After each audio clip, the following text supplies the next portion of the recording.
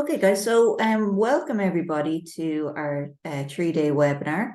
We are delighted to have you here with us to celebrate Clonagh Crown, our 3-day.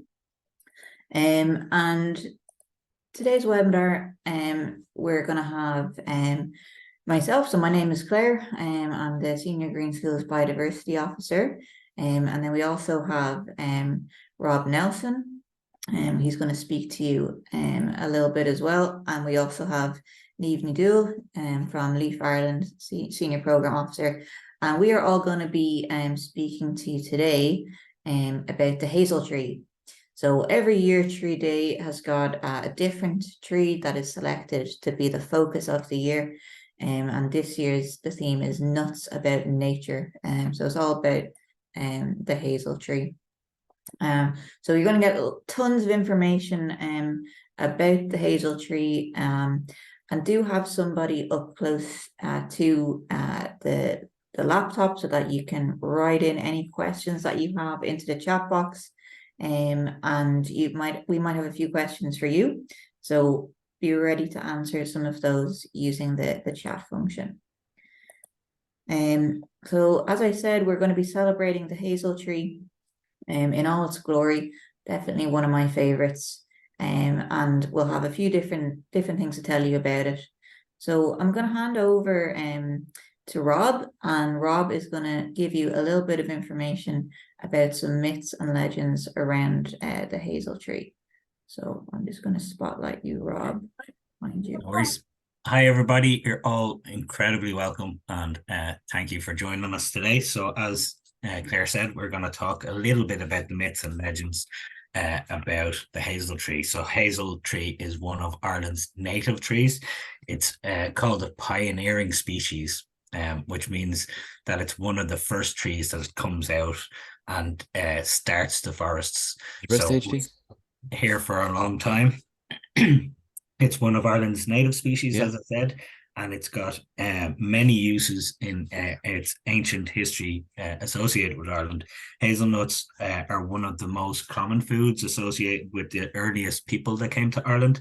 And of course, we use the hazel tree to build our original houses, our also baskets and things to carry stuff in.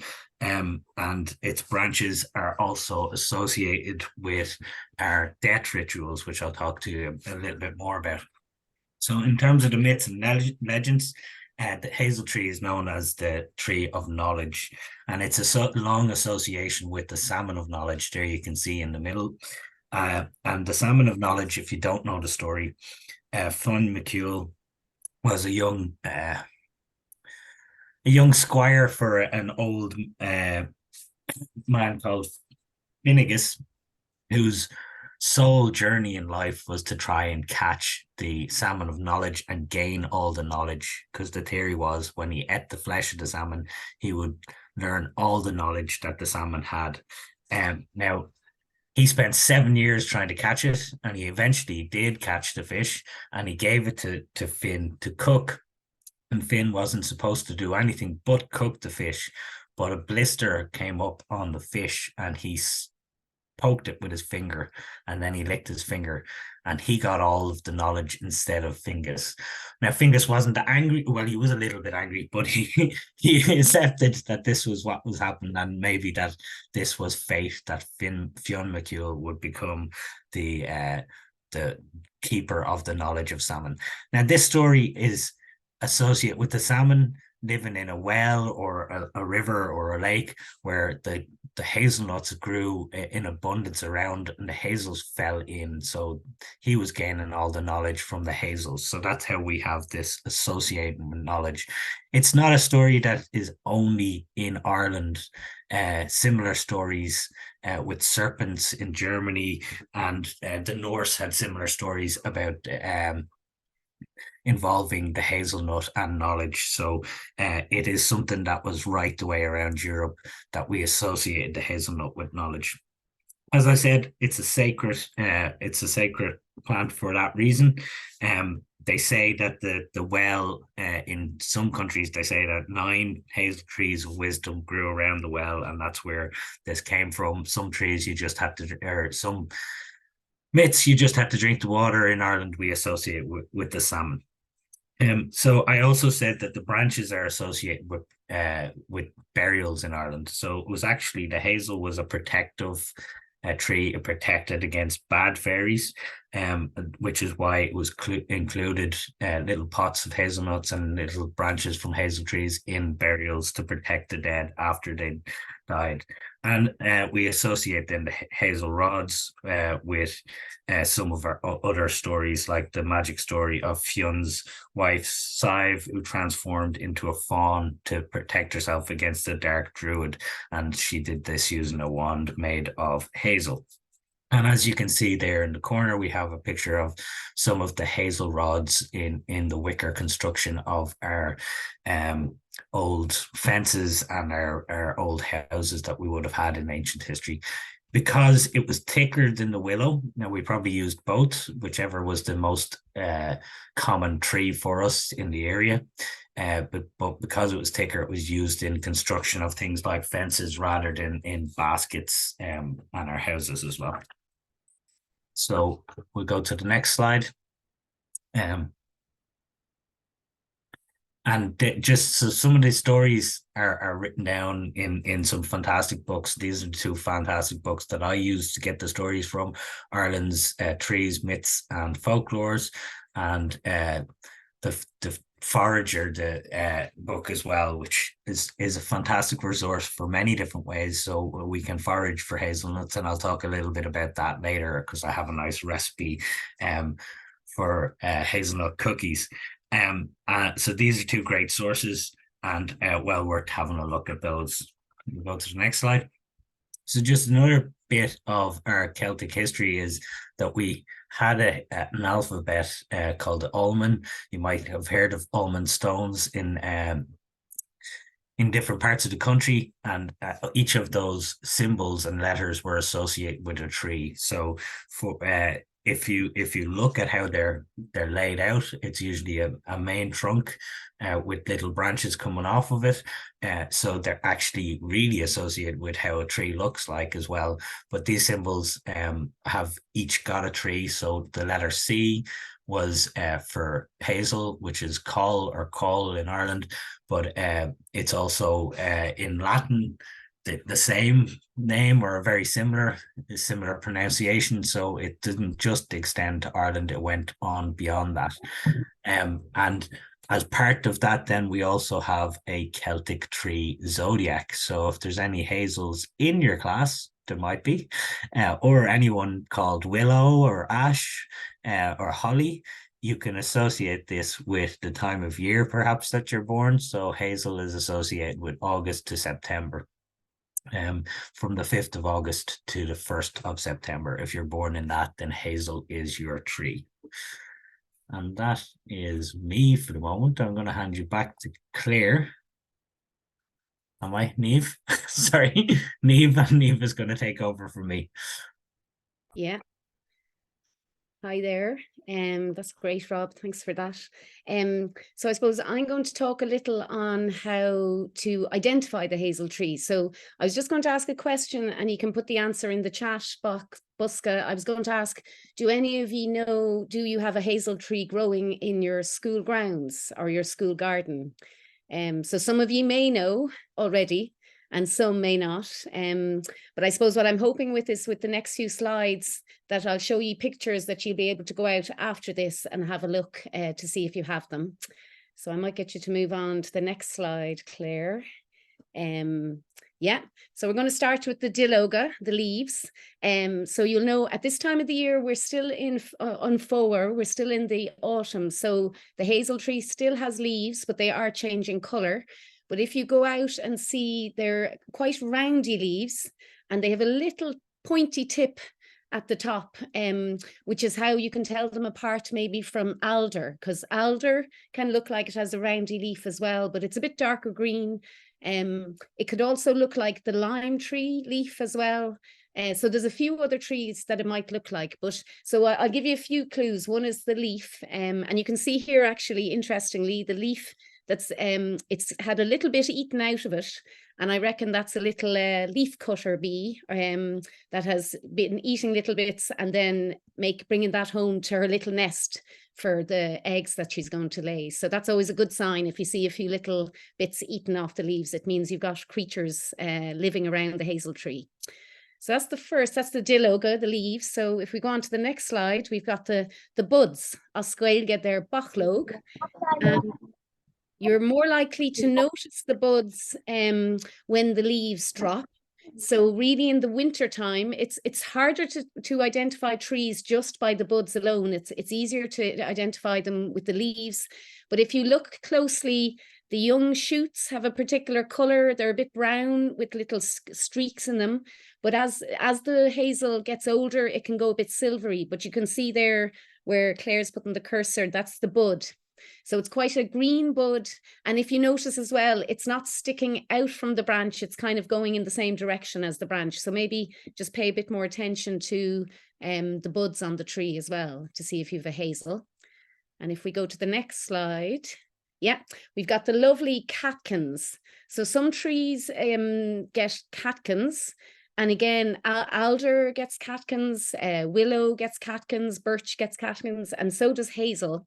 And interestingly, you can see on the left in the autumn, the catkins, and they're cotínach ascailge, that was a new word for me. You'll actually notice the catkins are there now. So we might think that all this happens in the spring, but actually the tree puts a lot of energy into making the catkins now, and then they go a bit dormant. And then you'll see the picture on the right is in the spring when they actually start getting really long. And in around February, if the wind moves them, loads of pollen comes out. And then if we move to the next slide, we'll show you what else to look out for. Now this, you really have to put on your plant eyes to notice this, because this is the tiny bud that turns into the flower.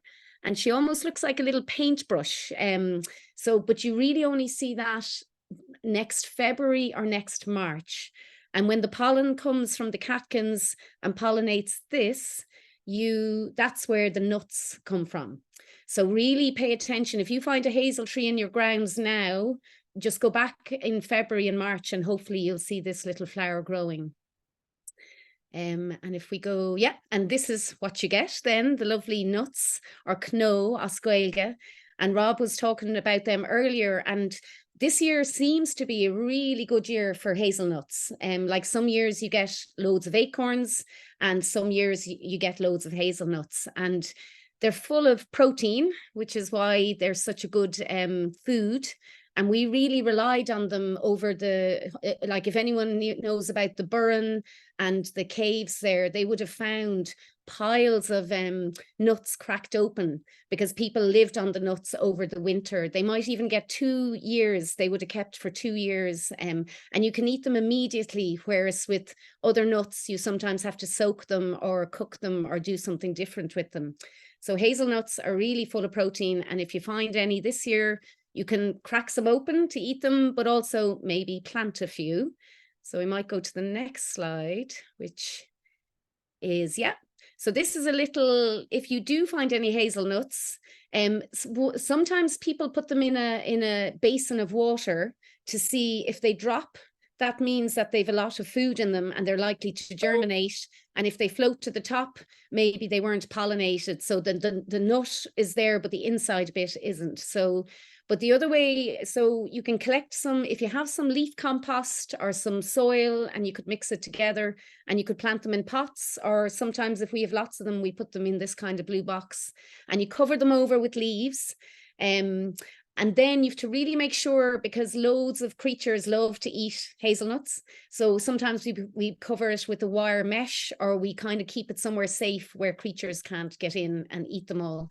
And by next spring, these will all have germinated and you'll have little tiny hazel trees that then you can pot on into, and then maybe another 2 years you could plant them out.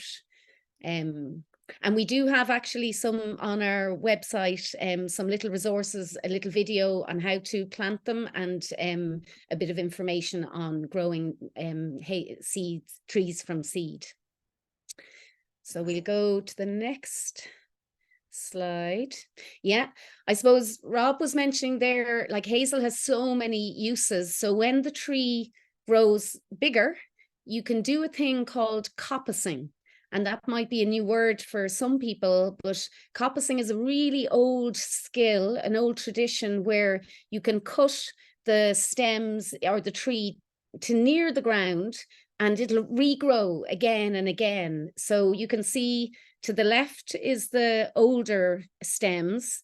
And then when they're cut, the one in the middle, that's called like a stool, and they'll all regrow again. And then to the right, they're the long rods. And they would do anything from making fences or panels, like what Rob showed earlier. And even in, you know, the horse show jumping, the hurdles, they use them for those kind of things. They would have used them to make benders and houses. And the other thing I thought of there when Rob was talking was one of the really old uses for hazel rods was for divining for water. They're known as one of the trees that can help you find water. If you're looking for water on the land, people use hazel rods to do that, which is a really old skill as well. And because you're cutting the tree, it might be year 1 to get thin rods, or year 3, or year 5, or year 7. So there's a pattern of cutting depending on what you want to use the wood for. But the most important thing is you're not damaging the tree. You do it in the winter time when the leaves have dropped, and the tree will always regrow. And most of our native trees, you can actually coppice them. Willow would be another one, and they will regrow as well, which makes them a really sustainable or renewable resource. So even in your school, if you have a school garden and you want to grow some peas or beans, or you need something to support any plants, hazel is a brilliant tree to grow. So you'd never have to go to the garden centre and buy bamboo sticks or anything. You can use hazel rods. So we'll go to the next slide there. Yeah, another amazing thing, because around 20% of our place names in Ireland are called after trees. And so because trees were always so important in our culture. So we've got a few examples here. If you live in Drumculliher in Limerick, Drumculquilla, that means the ridge of the hazelwoods. And so there would have been a lot of hazel trees growing in that area, and they called the place after that tree. And I think we have another one in Donegal, Cúnde Donegal. It's Culanduna, Quil Onduna, and that's the fort of the hazelwoods. So again, it shows us that how important this tree was, because hazel can give us food and wood and shelter and loads of other things. That's why the tree is so important in our place names and our stories. And I think, yeah, and I'm going to hand you back to Claire, who's going to tell us more interesting things about hazel. Thanks, Niamh. So it's great to hear all of the important ways that hazel kind of helps people, and also the myths around it. So I'm going to talk a little bit now about how hazel supports other biodiversity, so other plants and animals. So there's so many links between hazel trees and other biodiversity. So we'll start with the biodiversity that you might find growing above the hazel trees. So the most common other trees to find growing in a woodland with hazel are things like oak trees and ash trees. And if you ever go for a walk in a forest or in a woodland, you'll probably notice that there's different kind of layers to the trees. So some grow taller than others. So just the same as with people, where I bet if you ask around your class and see who is the tallest person in your class, they're probably not necessarily the oldest. So it's the same with trees. Some trees just tend to grow taller than others. And hazel is not as tall as oak trees or ash trees. So they tend to grow well together. So hazel are usually kind of the lower layer of a forest woods, and they might have some oak and some ash growing above them. as well as having biodiversity above them, they also have lots of things below them. And this is especially true when hazel is coppiced. So Neve showed you that picture earlier to see that you can cut hazel back down, and when that does happen, it grows back in a more kind of bushy way. And what this does in a woodland is it makes more space for sunlight to get into the bottom kind of story of the forest, or the ground layer. So you might have noticed, if you've been for a walk in a really thick, dense forest, that you're in the shade, that there's not a lot of light getting to the ground level. And if there's not a lot of light getting to the ground, you're not going to have very many different kinds of flowers and plants growing down there. There are some plants that grow okay in the shade, but a lot of our lovely flowers don't. So when you have a hazel woodland, especially one that is coppiced, we tend to have lots of lovely flowers like bluebells and sorrels growing. So this picture here, you can see the bluebells growing like a big carpet underneath. So there is a nice link between hazel and wildflowers.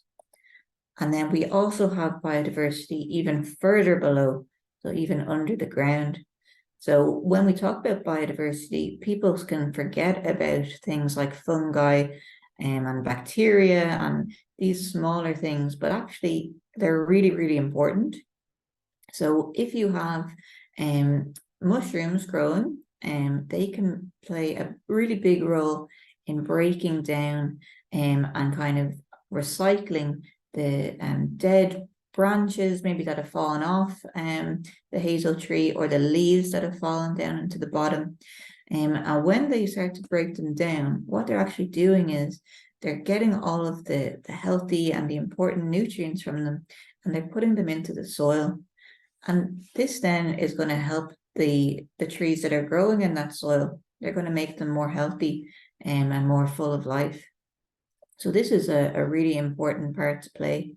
And this is a really cool mushroom here in the picture. This is called a puffball mushroom. And there's so many different types of mushroom, you probably won't be able to identify all the different ones you see, but puffballs, they are kind of interesting because if you brush off them or accidentally kick them, you might release a whole load of spores into the air that are going to make new mushrooms. So they're kind of a cool one to find. And when we think of mushrooms, we often think of these big ones, or maybe the ones you buy in the supermarket, but there's also much smaller mushrooms that are found underground, so under your feet. And these are hugely important in a forest as well. And I've put down here that they can help trees to share messages and even food through what we call the wood wide web. So this was like the original internet.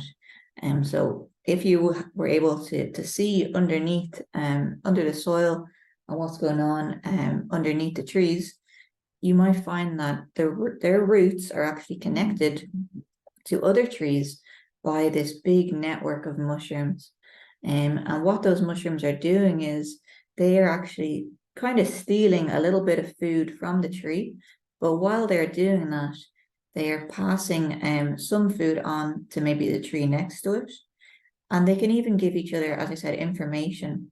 And usually they're not just saying hello, how are you? They're usually passing on important information, like maybe there's danger nearby, maybe there's a pest. So there's a really key role that mushrooms play in this system.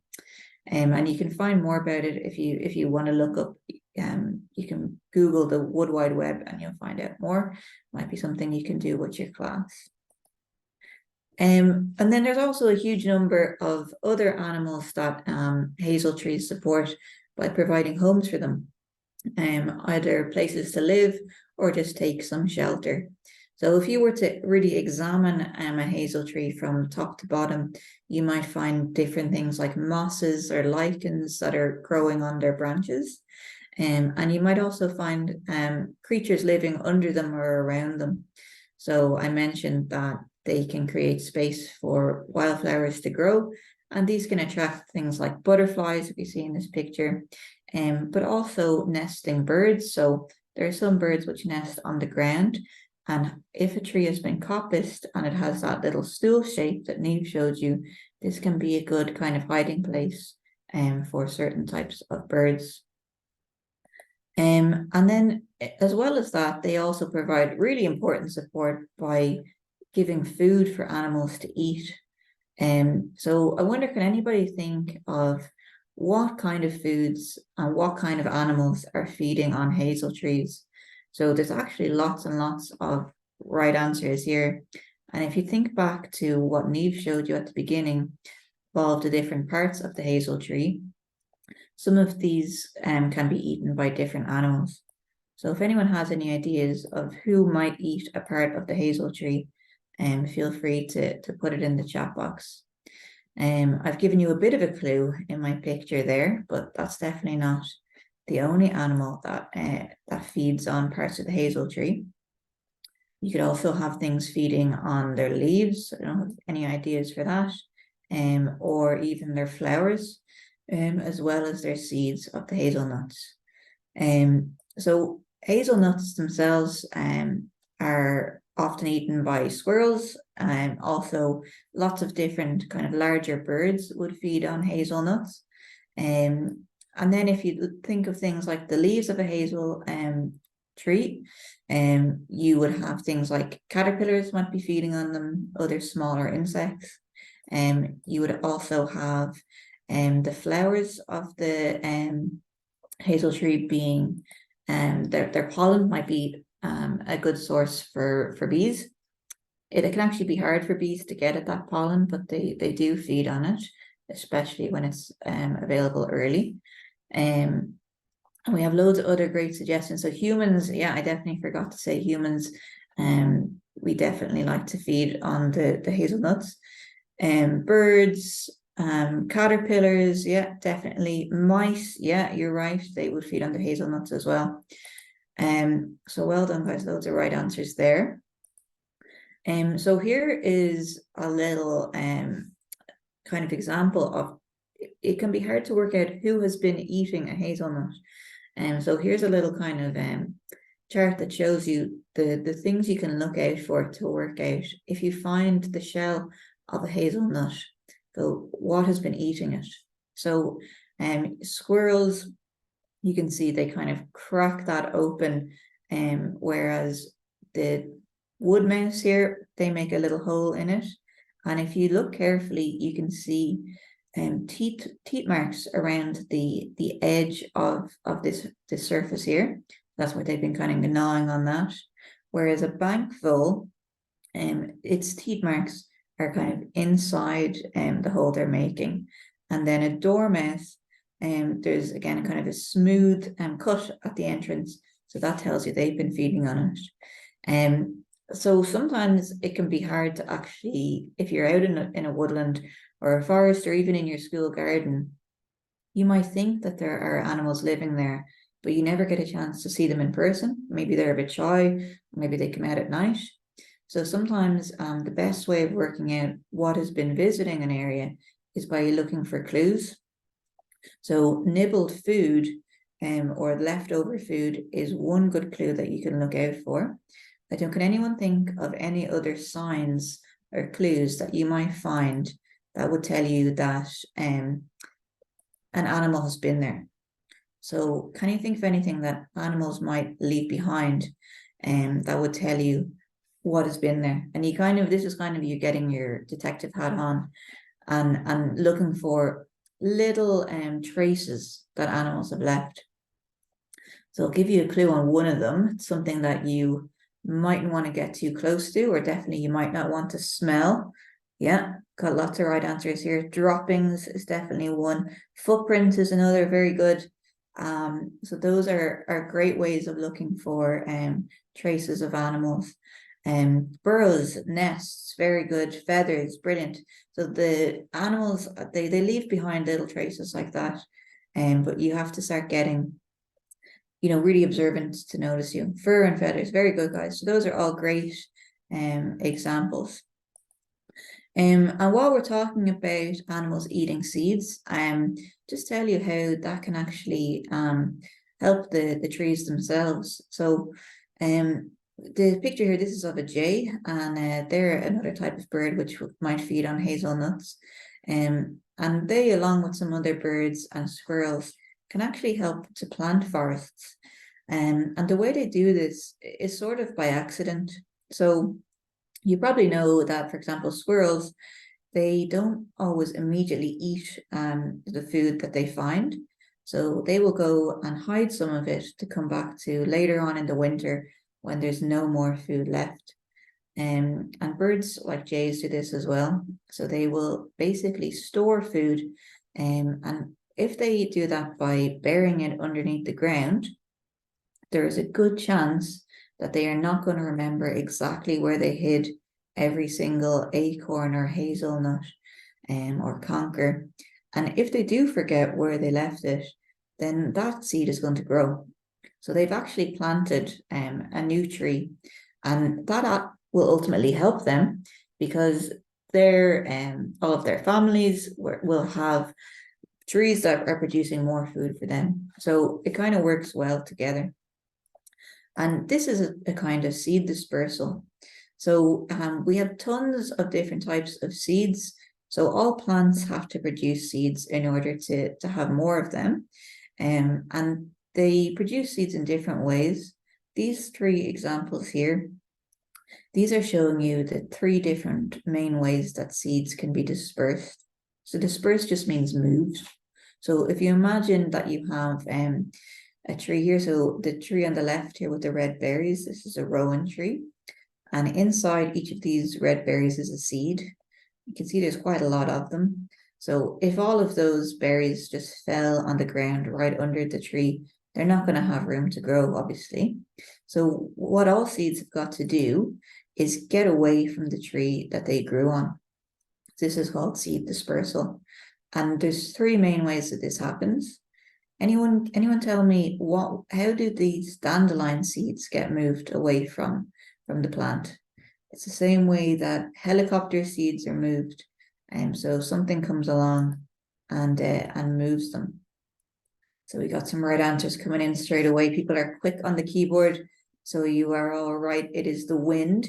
So the wind can help to disperse some seeds which are light or which are shaped in a way that they will get caught in the wind.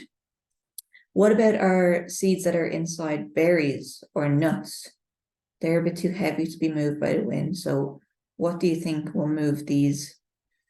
And the way that the seeds inside berries are moved is, again, a little bit gross. So birds and animals, very good.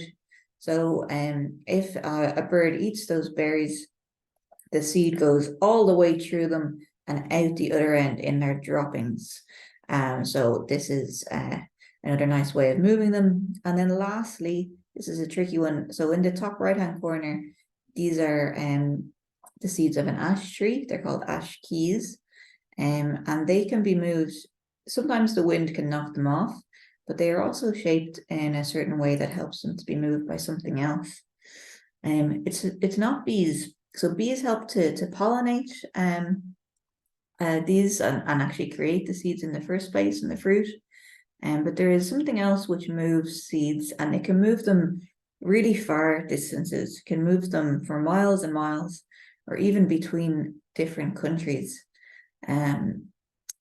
But the seed has to fall into this thing first. Any ideas? What is the other thing that can move seeds? It's not water, or I'm going to give it away. It's not wind and it's not animals. What else could it be? Yeah, there you go. It is water. So some seeds, they can fall into rivers or bodies of water, and they get moved, and they'll eventually wash up somewhere else where they can grow. So these ash keys, if you have an ash tree in your school, take a look at these. They're actually almost shaped like a canoe, so they're able to float. Drop them in a glass of water and you'll see for yourself. So the main ways that seeds get moved are wind, water, and animals. And they all look different and are shaped different. And my last thing to tell you about, before I hand you back to Rob for the hazelnut recipe, is our Autumn Biodiversity Challenge. So this year we are going to have a biodiversity challenge every season of the year. And for autumn, our challenge is, we're asking you to find and identify as many different types of seeds as possible. So they have to be seeds from the wild. So I said, you're not allowed to go into Tesco and buy sunflower seeds and bags of mixed seeds, or find the seeds in your grapes that you brought in for lunch. It has to be seeds growing in the wild. And if you want, you can collect one or two of them, bring them back in. Maybe if you have a nature table, or just have a little jar you collect them in. And send us a picture of the seeds that you've found and what you think they are called. You can either send them to our email, which is bioevents@eeu.antashka.org, or you can tag us on social media. And we will have a prize for the school that finds the most different types of seeds. So you've gotten lots of ideas here so far. I won't tell you what these seeds are, make that a little challenge for you to find out. And we have got lots of resources. So if you go onto the Green Schools website, I'll put a link into the chat in a minute. Our Nature's Calendar section has some ideas to help get you started on this challenge. Okay, so that's it from me. I'm gonna hand you back over to Rob now, and he is gonna go through what looks like a pretty delicious recipe for hazelnut cookies. Hi, everybody. I am going to share these slides in the chat so you can download them as well. But so this is a little recipe that I stole from Martha Stewart. And I came across a lot of trees when I was up in Merlin Woods in Galway, and there was just a corridor of hazelnuts. So I picked some hazelnuts and I wanted to know what I could do with them. So we'll talk through these few slides and let you know what I came up with. So Claire, if you want, yeah.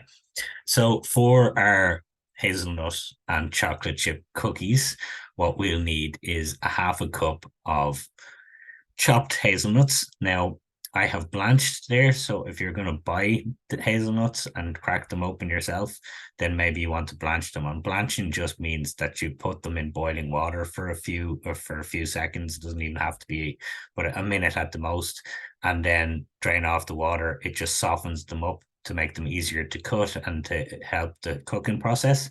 But if you're getting them and picking them off the tree at this time of year, you won't need to do that process at all. Just chopping them up is all you need to do.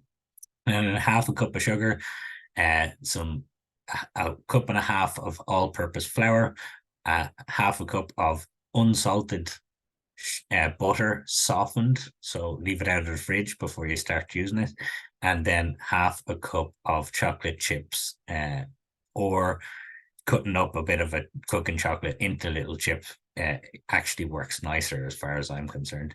And then a little bit of coarse salt, so I say half a teaspoon, and actually you might think it's weird to add salt, but it brings out the rest of the flavors, so it is actually quite an important ingredient to remember.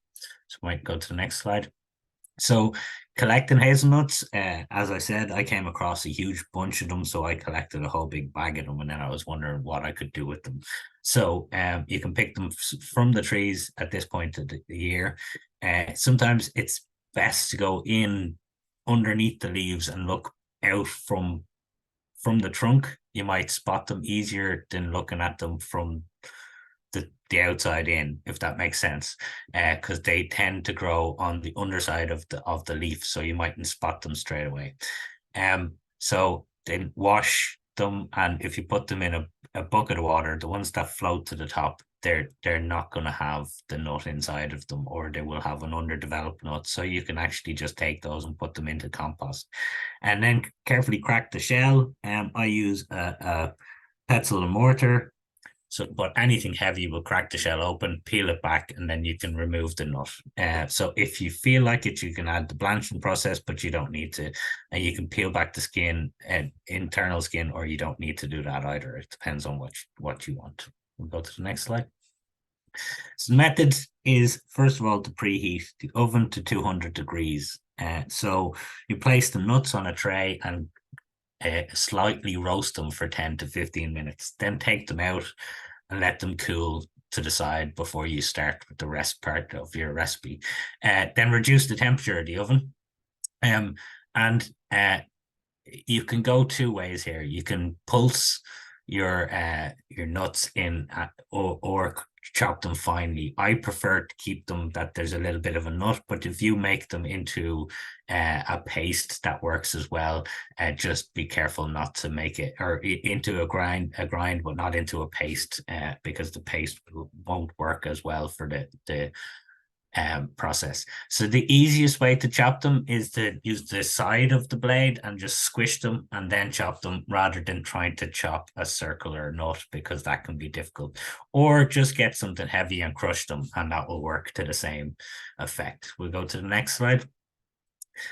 So using an electric mixer, you need to cream the sugar and butter together until it's lightly fluffy. So that's just a term that we use when we're talking about cooking, is creaming things together. So you'll see all of the butter will be mixed with the sugar, and it'll look, you won't see the little bits of sugar anymore. It'll just be all like, it'll look like butter, buttery kind of effect, and that's the cream.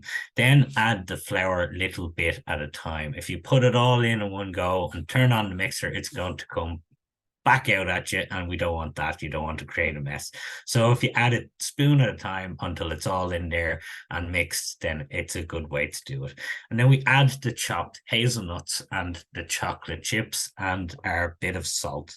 And we don't use the mixer anymore. We use a big wooden spoon to mix them together, because if you use the mixer, it'll break up all your little bits of hazelnut and chocolate, and it won't look as nice anymore. So we beat it until it's a dough. It will come together like a dough, and then we take that dough out and we roll it out. So you can see I have made a little nugget of dough up the top.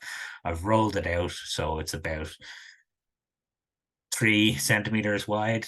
And then we put it in the fridge, 3 to 4 centimeters wide, and we put it in the fridge, wrapped for at least a half an hour. It cools it down, it makes it easier to chop, and then we can place it on our tray ready to go into the oven. So when we have it out of the fridge, you can refrigerate it up to a day. So if you're making it for tomorrow, or you can freeze it and it can last for much longer than that.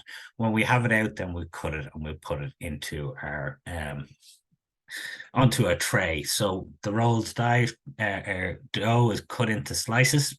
We put it on bacon sheet on a tray, and then we put it into our oven at 180 degrees until it's golden. We leave it there for 12 to 15 minutes, and trust the timings. It might look and feel a bit soft coming out of the oven, so we don't eat it immediately. We let it rest, and it will harden up and become more like a cookie or a dough or a biscuit after that. So cool it for a little bit. I know it's hard when it looks so nice. You can still eat it, but it might burn your tongue. And then the cookies can be stored in an airtight container for up to 3 days. And if you're going to make them at home or make them in the school, you can bring them in and share them with everyone. If you are one of the unfortunate people that have something like a nut allergy, you can make this biscuit and take out the nut and don't have the nut in it at all. Just make the biscuit with chocolate chips instead, and it's just as tasty. And if you do something like a flavored chocolate chip, so if you got a orange chocolate bar, it can make a really, really nice, tasty biscuit. And of course, any nut will do. We're talking about hazelnuts today, but it will work with any type of nut as well. So the next thing is to enjoy and eat it and have a big celebration. So we'll finish up there, and if you have any questions, and I'm sure there's loads, we can turn on mics and ask questions now, or you can ask them in the chat. It might be easier to ask them in the chat. I don't know what Claire wants to do there. Yeah, guys, feel free to ask any questions either in the chat box, and that might be the easiest thing. We can go through them. It was great to see so many people were mentioning that they had hazel trees ready to plant. today. I don't know, Neve or Rob, do you want to give some advice on to people who are going to go outside and plant a hazel tree this afternoon? What should they think about before they plant it? Okay, I'll come in there. I suppose one of the real important things to think is where you're planting the tree. The tree will be there for a long, long time. So you might already have planned a place, but just make sure it's not too close to the building. We always look out for things to make sure just making sure there's no pipes or anything under the ground where you're going to plant it. And hazel will actually, if your ground is really, really wet, like a big pool of water, hazel doesn't tend to like that. They don't mind if there's a bit of rain, like wet at certain times of the year, but like alder, willow, and birch, like they love being in wet ground all the time. That doesn't bother them. So hazel sometimes just doesn't want to be in the wettest part of the garden. And because you can actually do the coppicing, or you can let the hazel become a full tree, you just need to maybe make sure it's back in off the path. And so when you dig the other important thing is when you take the hazel out, chances are if the leaves are on it at the moment, but the roots might be bare. So make sure that the roots don't get the wind on them, because they don't like that. They'll dry out really quickly. So once you've decided on the spot, dig your hole and have it ready. And then you can plant the tree in and put the soil back in or all around it and kind of firm it down with your feet, not too much either. And then we do a thing called mulching, because we don't want anyone, if the person who's mowing or strimming, we don't want them going all the way up to the tree, because that can damage them. And when they're small, they might be hard to spot. So we put cardboard around the base of the tree, and then we put like leaves or bark mulch or twigs or logs or grass clippings or whatever you have on top as well. So, and I'll share a sheet. We have a sheet on the Leaf website of how to plant a bare root tree, and I'll put that in the chat as well. There's a great question there about how we all became interested in trees. So I think a lot of you might have this situation where an adult in your life talks about trees a lot. So I was very lucky. My aunt worked with trees, and my other aunt was very all about science, and my mother was all about art and trees and nature. And they were very influenced. They influenced me at a young age to learn about trees, and I learned a lot about it. And I studied in college. I studied outdoor education, so I was always outside in the woodlands. And then I forgot all about these things. For many years, I didn't work with trees at all. And then I was very lucky when I came to work with Antoshka, that I was able to get involved with the Leaf project and with the Anquil Biog. So I know I have one of my Anquil Biog schools are in the crowd here, and it's a tiny forest, basically, a small woodland that we can come and plant with the schools. So it's something worth looking at the Leaf website and learning a bit more about that as well. But I'll hand it over if there's any. I'm sure it's similar stories though. Yeah, for me, I think like that I was lucky to live near a lovely park in Dublin. My parents always brought me that had great big old mature trees. So that was probably where I got my interest. And then like Rob was able to study that area in college, and then ended up working somewhere where I could spend much more time thinking about trees, and became more interested from there. So that's for me. How about you, Neve? Hang on now. Am I on? Oh yeah. No, I was similar. My granda was always brought me on walks to the woods. And when I'd come to Tralee on holidays, he'd bring me out to Ballyseedy Woods and showed me all the mushrooms and the trees and how to collect nuts and berries. And I suppose I went on and studied science. I did biology and zoology and all those outdoor nature study. And then I did some learning about organic horticulture in Drumculliher, actually. That's how I learned about that Drumculliher was called after the hazel tree. And I ended up, and working outdoors. And I was lucky enough to find an organic farm here in Tralee where we did a lot of tree planting and hedge planting as well. And then I was lucky enough to get to go work with the Leaf Ireland programme and the Green Schools team here as well. So yeah, I think it's really good if you've anyone who loves going out on nature walks, or that's how a lot of us get into this as well when we're younger, when we're all your age. And we have another nice question here from, I'm not sure what school there is, but someone in 6th class asks, what are your favorite types of trees? I can tell you mine is definitely birch trees. And I'm quite lucky. I can at my window, I've got 5 or 6 birch trees growing across the road for me. So I like watching them blowing around in the wind. That's for me. I'm gonna say a living tree is my favorite. So all of them, but I do actually have some favorites. So my favorite native trees are the rowan tree or the mountain ash, and a really rare tree called the strawberry tree. Look it up; it's an amazing tree. And we have some of them, believe it or not, in Sligo. And then the other one, my non-native favorite tree is monkey puzzle tree, and the puzzle is how does the monkey climb it? Look it up. It's a fantastic tree. It's quite confusing for the monkey. My favorite tree, I have to say, I think hazel is my favorite tree. And the rowan, but it's funny because in different seasons the different trees have different features. So like when you see the hawthorn in May and she's full of flowers, like that's amazing. And then when you see the alder at different times with the purple buds, but I think overall the hazel tree probably wins for me. Yeah. Great question there. Have we ever planted trees, and how many? um, so yes, all of us are involved in planting trees on a regular basis. With on Cuil Beag and our tree projects last year, I think we planted 6,000 trees. Is that right? Something around there.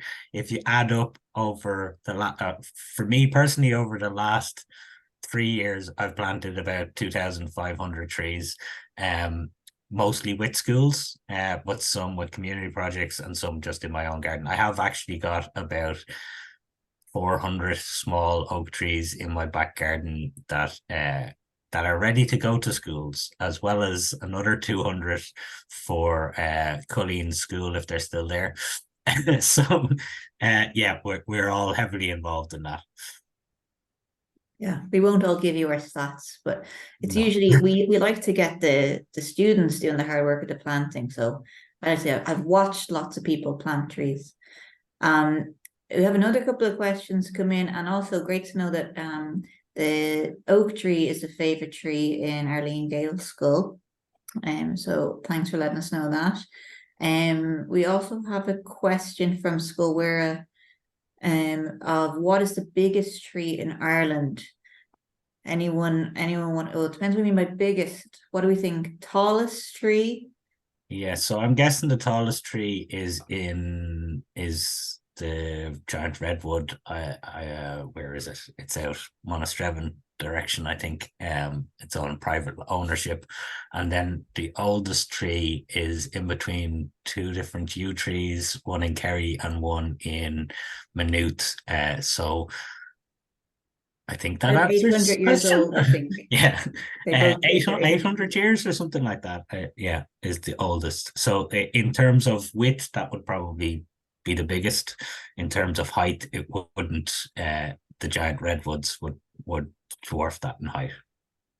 And there's a really old tree in Scariff in County Clare. It's called the Brian Boru tree, and it's an ancient oak tree. And it's said to be at least 1,000 years old, because that's when Brian Boru and his family lived around that area, around Castle Connell, between Limerick and Scariff.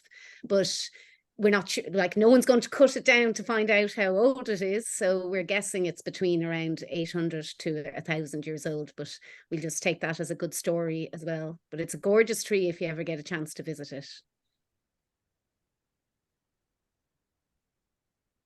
That's a good question of what type of tree can live the longest. because there is real differences in how long trees can survive. And that is something to think about if you want to plant something that will last a really long time. I'm not sure is there one in particular that is the longest living. Yew trees obviously can live a long time.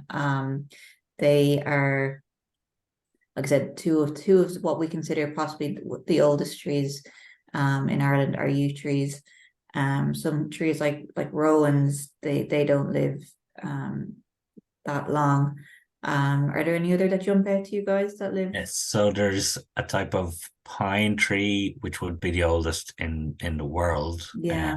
In California or Nevada, I'm not sure which state it is, that can be up. I think it's 5,000 years old, and how that tree produces it. So it doesn't produce a seed; it actually produces a runner like that goes underground and then grows into another tree. So that type of offspring or reproduction for the trees, that's the one that's most likely to last longer than the ones that are dependent on seeds. So that possibly answers your question. Yeah, but it's all open to interpretation. I think is nature has a funny way of changing things on us. And we have there's records of hazel coppices, like working hazel coppices. They were planted on purpose hundreds of years ago, and they last longer because they're being coppiced, which might sound like a contradiction, but for some reason that the more a tree is coppiced over a long period of time and looked after, they can live up to 400 and 500 years old of age of hazel wood, which maybe normally if it was just a tree, it might live for maybe 100 or 150 years. But I suppose the thing to remember is that all the trees have a different place in the forest. And when Claire was showing earlier, some trees move in at the beginning. So a birch tree might live for 80 years and maybe an oak tree lives for a couple of 100 years, but they're all helping each other grow in the whole ecosystem. So that's why some are more short-lived and some live longer. And I know we're going over time here, guys. So I've added in the PowerPoint presentation to the chat if anybody wants to download that. If people do have to leave, that's no problem. We'll just stay and answer a couple more questions. And I know that we have a school that would like to show us their hazel tree. So what I'll do now is I'll say thank you to everyone for attending and stop recording. And then we can, if anyone wants to stay on and show something or ask more questions, we can do that. But I will finish up now for our recording, and then anyone that would like to stay on and ask more questions can do that.